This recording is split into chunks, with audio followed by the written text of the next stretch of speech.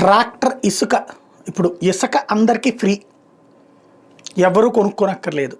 అయితే ఎవరి అవసరాలకు వాళ్ళు వాడుకోవాలి. దీంట్లో ట్రాక్టర్లతో ఇసుక అన్నటువంటి దాన్ని ఇప్పుడు వాస్తవంగా ఎక్కడైనా ఫ్రీగా వస్తుందా?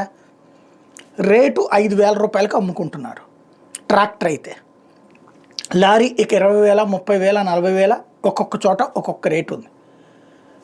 ఇదేమైంది? ప్రభుత్వం ఆదాయం వద్దనుకుంది, కానీ రాజకీయ నాయకులు తింటున్నారు. ట్రాక్టర్ల జోలికి వెళ్ళొద్దని చంద్రబాబు ఆదేశించడంతో నాయకులు వాళ్ళని వదిలిపెట్టారు. వాళ్ళని ఇప్పుడు అధికారులు దోచుకునే ప్రయత్నం చేస్తున్నారా? తాజాగా ఒక వ్యక్తి ఒక ఆరోపణతో ఆత్మహత్యా ప్రయత్నం చేయడం సంచలనం సృష్టించింది. ఏంటంటే ట్రాక్టర్తో ఇసుక తోలుకుంటాడంటే ఒక 5,000 డబ్బులు వస్తుందట. అతని నుంచి 20,000 లంచం అడిగారట పోలీసులు.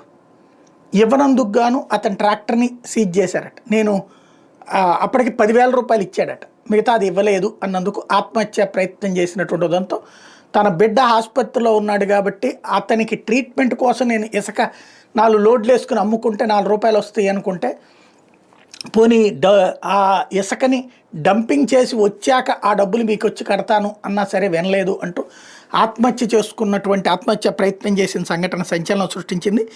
ఆ ఆడియో వీడియో ఒకసారి చూద్దాం. నా ఆలగడ్డ దగ్గర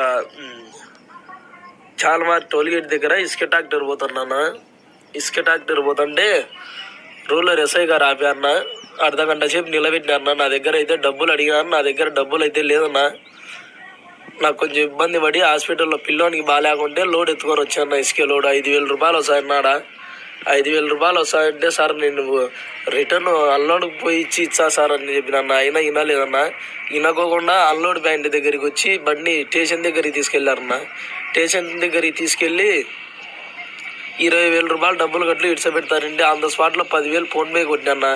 అయినా కూడా ఇట్లేదన్నా. నా పిల్లోని బాగాలేక హాస్పిటల్లో ఫిక్స్ వచ్చి హాస్పిటల్లో ఉంటే అడ్మిషన్ చేసిన అని చెప్పిన. ఆయన వినలేదన్నా. నా దగ్గర నాకు 500 రూపాయలు తిండికి డబ్బులు లేదన్నా. స్టేషన్ కాడికి వచ్చేయాలి కానీ 500 రూపాయలు ఖర్చులు కూడా లేదన్నా నా దగ్గర. టిప్ వచ్చేది హాస్పిటల్ పోదాంలేని వచ్చినా.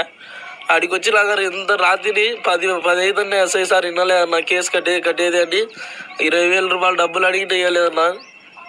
అలాడికి ఎంత చేసినా, ఎవరితో ఫోన్ చేయించినా, రిక్వెస్ట్ చేసినా ఇబ్బందిగా. నా ఇంటి ఈఎంఐ 20,000 ఉందన్నా. నాకు ట్రాక్టర్ ఫైనాన్స్లో తీసుకుంటానా. కేవలం ఇబ్బందిగా ఉందన్నా నాకు. దయచేసి sir Pawan Kalyan sir Lokesh sir, Chandrababu Naidu sir, నాకైతే న్యాయం జరగాలి సార్. ఇది ఎవరికి ఇట్లా జరగద్దు. నేను ఈరోజు ఆలగడ్డ సర్కిల్లో చనిపోవాలని డిసైడ్ అయిపోయిందా సార్. పక్కా నాకు ట్రాక్టర్ బయటికి నా దగ్గర డబ్బులు లేదు సార్. నేను ఏ కేసు పెట్టుకుంటే నేను నా పరిస్థితే ఘోరం. నా పిల్లలకు బాగాలేక మెడికల్ లిస్ట్ కూడా చూపిస్తాను సార్. వినలేదు. కేవలం నాది ఇబ్బందిగా ఉంది సార్. దయచేసి కనుగరించారు సార్. నాకు ఉంటా సార్. నేను ఈరోజు 12 లోపల నా బండి కనుక బయటికి రాకుంటే ఖచ్చితంగా చనిపోతా సార్. దీనికి కారణం రూరల్ ఎస్ఐ గారు ప్రసాద్ సార్ గారే సార్. దీనికి ఎంత చెప్పినా వినడం లేదు సార్. ఆయన ఒక 2 నిమిషాలు మాట్లాడడం లేదు ఎవరినే కానీ వచ్చినా గుడికి. ఈ వీడియో తర్వాత అతను ఆత్మహత్య ప్రయత్నం చేశాడన్నటువంటిది మెన్షన్ అవుతుంది. అయితే ఇక్కడ పాయింట్ ఏంటంటే ఇసుకని అమ్ముకోవడానికి ఇవ్వలేదు అనుమతి. ఇసుకని తన ఇంటి అవసరాల కోసమైతే ట్రాక్టర్తో తీసుకెళ్ళమన్నారు, కానీ ఇతను అమ్ముకుంటున్నాడు. నెంబర్ 1 అది చట్టవిరుద్ధం. దానికి పెనాల్టీనే వేస్తారు. ఆ పెనాల్టీ రూపాయి నుంచి 2 లక్షల దాకా వేయచ్చు ఎంతైనా సరే, ఒక్కోసారి పట్టుబడిన దాన్ని బట్టి.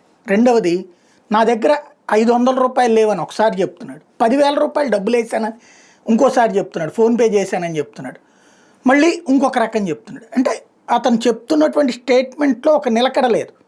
అతను ట్రాక్టర్ అయితే పట్టుకున్న మాట వాస్తవం. ఆ పట్టుకున్న దాన్ని విడిపించడం కోసం అతను మా బిడ్డ ఆసుపత్రిలో ఉన్నాడని కాసేపు, తర్వాత నీటు డబ్బులు లేవని కాసేపు, డబ్బులు ఎంత ఇస్తానని కాసేపు, 20,000 అని కాసేపు, 20,000 రూపాయలని ఈఎంఐ కట్టుకోవాలని కాసేపు, ఇట్లా నడిచిందనమాట ఓవరాల్.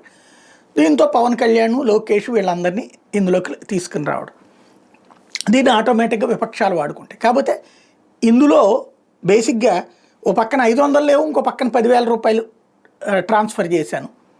అసలు దాని వెనకాల ఉన్న నిజమేంటో, ఇక్కడ ఆత్మహత్యా ప్రయత్నం చేస్తున్నాడు కాబట్టి ఆ స్థితిలో చెప్పేదానికి సహజసిద్ధమైన నమ్మకం ఉంటుంది. కానీ అట్ ద సేమ్ టైం ఆ మొత్తం వ్యవహారంలో చాలా అయోమయం, చాలా ప్రశ్నలు ఉన్నాయి.